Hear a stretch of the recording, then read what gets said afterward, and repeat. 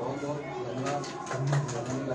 बहुत अच्छी बात है कि उस समय जिस समय स्वतंत्रता आंदोलन जो है हिंदुस्तान अंग्रेजों की गुलामी में जकड़ा हुआ था, आपने हिंदुस्तान को आज़ाद कराने के लिए बढ़ चढ़कर आगे आंदोलन में हिस्सा लिया। और उसी समय जो है जब हमें ज़रूरत थी कि हमारे देश को शिक्षा की, तब आपने बनारस काशी हिंदू विश्वविद्यालय जैसी महान यूनिवर्सिटी जो दुनिया में जो है अपने आप में हर बच्चा चाहता है कि मैं BHU का स्टूडेंट हूँ। मैं भी चाह रहा था, मेरा सपना था कि लेकिन नहीं हो पाया कि लेकिन जो बच्चे BHU से पढ़कर आते हैं वो निश्चित तौर पर हिंदुस्तान का नाम रोशन करते हैं और कर रहे हैं और वर्तमान में भी करते आ रहे हैं। मैं चाहूँगा हमारे बीच में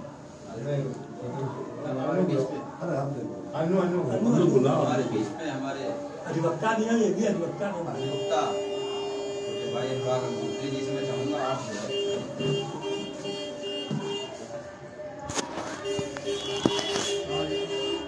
सभी यहाँ पर उपस्थित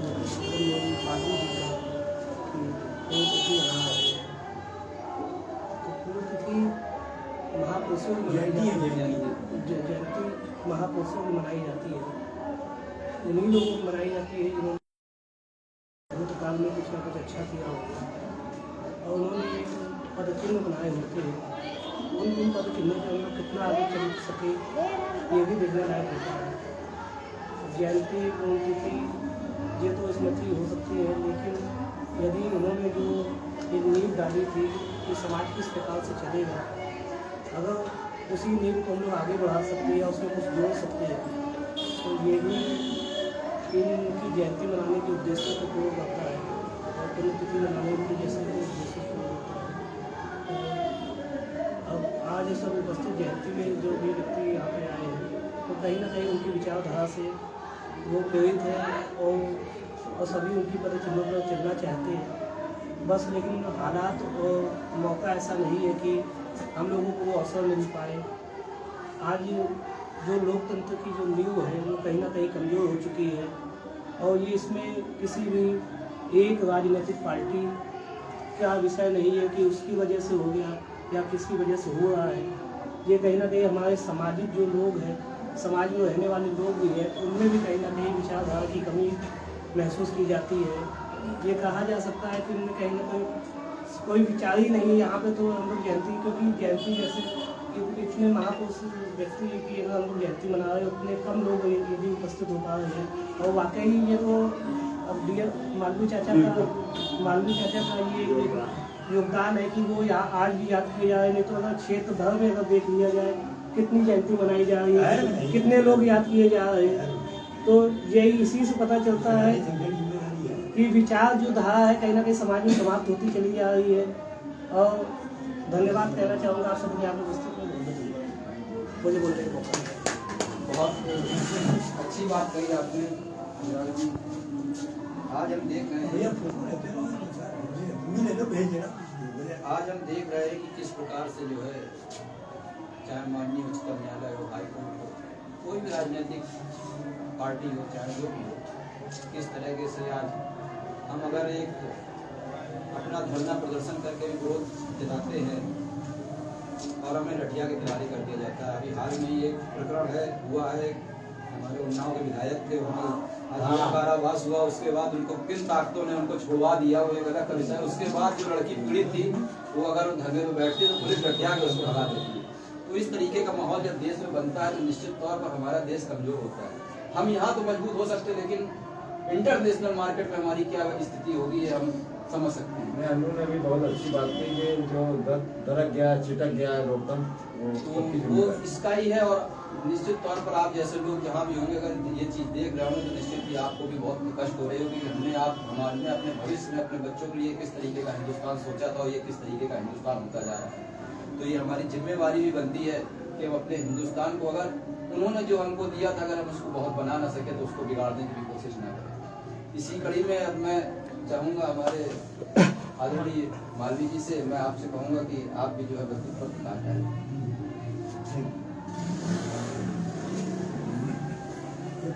बाकी जी आपने हमको भेजा था ना। हाँ, आज स्टेटस नहीं मिला। नहीं सही है। हाँ, वो हमको ग्रुप में आया था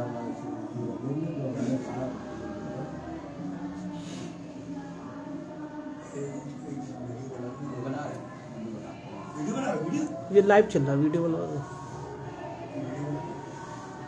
महान स्वतंत्रता संग्राम सेनानी, शिक्षाविद,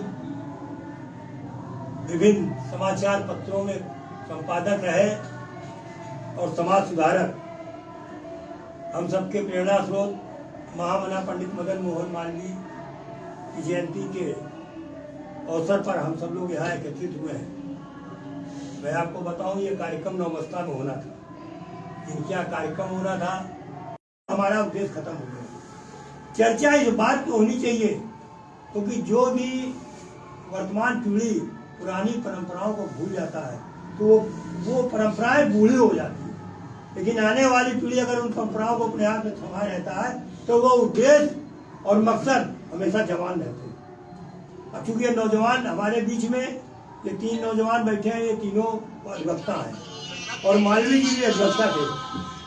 जब गांधी जी ने सत्याग्रह आंदोलन वापस लिया तो चौरी चौरा गोरखपुर के पास एक जगह है, वहां जनता आक्रोशित हो गई और उसने थाने वाने में आग लगा दी। मशहूर कांड, बहुत बड़ा महसूर कांड है आजादी की लड़ाई में। तो 156 या 57 लोगों को फांसी की सजा हुई। मालवीय जी बैरिस्टर थे, जोरदार पैरवी करते हुए, अपनी वकालत की पूरी क्षमता लगाते हुए उन सभी लोगों को मुक्त कराने का काम किया। गांधी जी के पिताजी, मालवीय जी के पिताजी ब्रजनारायण चौबे, तब हम लोग यहाँ मालवीय नहीं लिखा जाता था, जो भूल जाते हैं वो लिखी जाती थी। ब्रजनारायण चौबे कथावाचक थे और संगम के किनारे पंडिताई करते थे। उससे जो जिसको पार्जन होता था उससे इनका परिवार चलता था। ये 7 या 8 भाई बहन थे, 5वें नंबर पे ये थे। गरीबी की झंझावत से जूझते हुए भी इनके मन में एक जो विचार और संकल्प था वो हम सब के लिए इसलिए प्रेरणादायक है कि आज के जमाने में नौजवान अपनी परेशानियों को रोता रहता है, उन परेशानियों से लड़ने और जूझने की प्रवृत्ति खत्म होती जा रही है। मालवीय जी का सवेरे का नाश्ता शाम की बची बासी रोटी और सवेरे मट्ठा में भिगो करके ये इनका नाश्ता हुआ करता है। मालवीय पहले अहियापुर हुआ करता था, वो इलाहाबाद में, प्रयागराज में उसको मालवीय नगर इन्हीं के नाम से कर दिया गया। अनन्य सनातन संस्कृति में अनन्य भक्ति थी इनकी, पूजा पाठ, जैसे कि भी इन्होंने कहा कि हिंदू महासभा का गठन किया।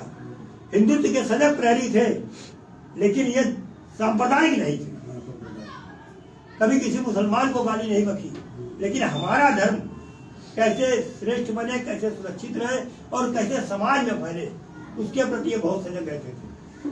हर की पौड़ी में पहली गंगा आरती की शुरुआत महामना ने की। वहां पे अविरल गंगा बहती रहे। इन्होंने अंग्रेजों से समझौता किया कि बांध नहीं बनेगा। ये दुर्भाग्य रहा कि आजादी के बाद जगहों पर बांध बना। एक ईमानदार पत्रकार रहे, तो राजा कलांकर के राजा का अखबार था, उन्होंने कहा हमारे यहाँ संपादक हो जाइए। तो राजा महाराजा उसे शराब वराब पीते, इन्होंने पहली शर्त लगाई कि आप मेरे कार्यालय में कभी शराब पीकर नहीं आएंगे, और जिस दिन आप शराब पीकर आ गए उस दिन मैं संपादकी छोड़ दूंगा। काफी समय चलता रहा। दुर्भाग्य से या किसी कारणवश एक दिन राजा साहब पहुंचे, उनकी हल्की सी लगी हुई थी, उसी दिन इन्होंने अपनी संपादकी छोड़ करके, और कहने का मतलब है चरित्र से मजबूत, विचार से मजबूत, संगठन से मजबूत बनारस हिंदू विश्वविद्यालय का एक सपना इन्होंने पाला। इनके मन में आया क्यों न एक ऐसा विश्वविद्यालय बनाया जाए, इसमें सभी प्रकार की शिक्षा दी जाए। नाम जरूर बनारस हिंदू विश्वविद्यालय है। आपको ये जानकर आश्चर्य होगा कि मुस्लिम के जो भी इनके आजिल फाजिल जो भी शिक्षा है वो भी बेशुमार में पढ़ाई जाती है। तो राजा साहब ने कहा कि एक दिन में आप जितना चल लेंगे उतनी जमीन आप। ये लंबे चौड़े थे, ये पूरे दिन चलते रहे और चलने के बाद इनका कारिंदा निशान लगाता रहा। तो 6-7-8 किलोमीटर जितना भी एरिया चिन्हित हुआ राजा साहब ने इनको दिया, और उसके बाद ये चंदा, इनका 2 करोड़ का प्रोजेक्ट सस्ते जमाने में था, चंदा लेने निकले। और स्थिति ये थी कि इनको कोई शर्म और लिहाज नहीं थी कि अरे लोग क्या कहेंगे। जैसे आज हम लोग जग जाते हैं, यार पता नहीं आदमी क्या सोचेगा।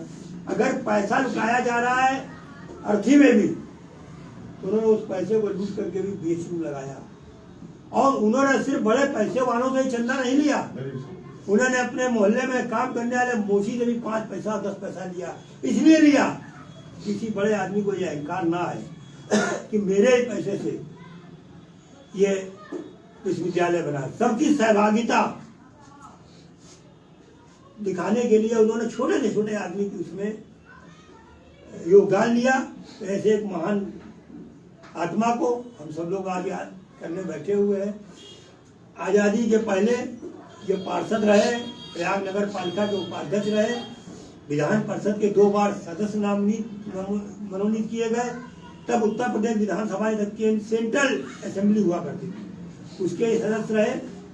और हमेशा पूरी ईमानदारी, अभी मैं ज्ञान जी को बता रहा था, जब उन्होंने बीएचयू के बायलॉ बनाया तो उसमें उन्होंने लिखा किसी मालवी को आप नौकरी नहीं देंगे, इसका खामियाजा हमारे समाज को भुगतना पड़ा। लेकिन सिर्फ इसलिए कि ऐसा ना हो कि मेरा नाम लेकर कोई उसका दुरुपयोग करे। तो आज की परिस्थितियों में जब हम मालवी जी जैसे महान लोग हुए, तमाम ऐसे हुए, सिर्फ मालवी जी नहीं हुए, तमाम हमारे ऐसे सेनानी हुए जिन्होंने इस देश को सुधारने के लिए, इस देश के लोकतंत्र के लिए अपने प्राणों को निछावर किया। लेकिन आज देश में क्या हो रहा है? भगत सिंह के नाम से स्कूल चल रहा है और नीचे मेज से रिश्वत ली जा रही है। मैं तो सरकार से मांग करता हूँ कि महापुरुषों के नाम से डिग्री कॉलेज, इंटर कॉलेज खोलना बंद किए जाए। तो ये सारे शिक्षक संस्थान आज गरीबों का और परेशान लोगों का शोषण करने का काम कर रहे हैं। और जब नाम आप भगत सिंह लगाओगे और गरीब आदमी को खून चूसोगे तो भगत सिंह स्वर्ग से क्या कह रहे हो? रामलीला मैदान या सारे पुराने लोग बैठे, ये मदन मोहन मालवीय पार्क है और सत्ताधारी दल के लोगों ने इस रामलीला मैदान से मालवीय जी का नाम हटा दिया, जबकि इनकी भारत सरकार भारत रत्न दे रही है। इनके नाम से वृंदावन में मालवीय ग्राम बना, लेकिन इस पार्क बना दिया गया।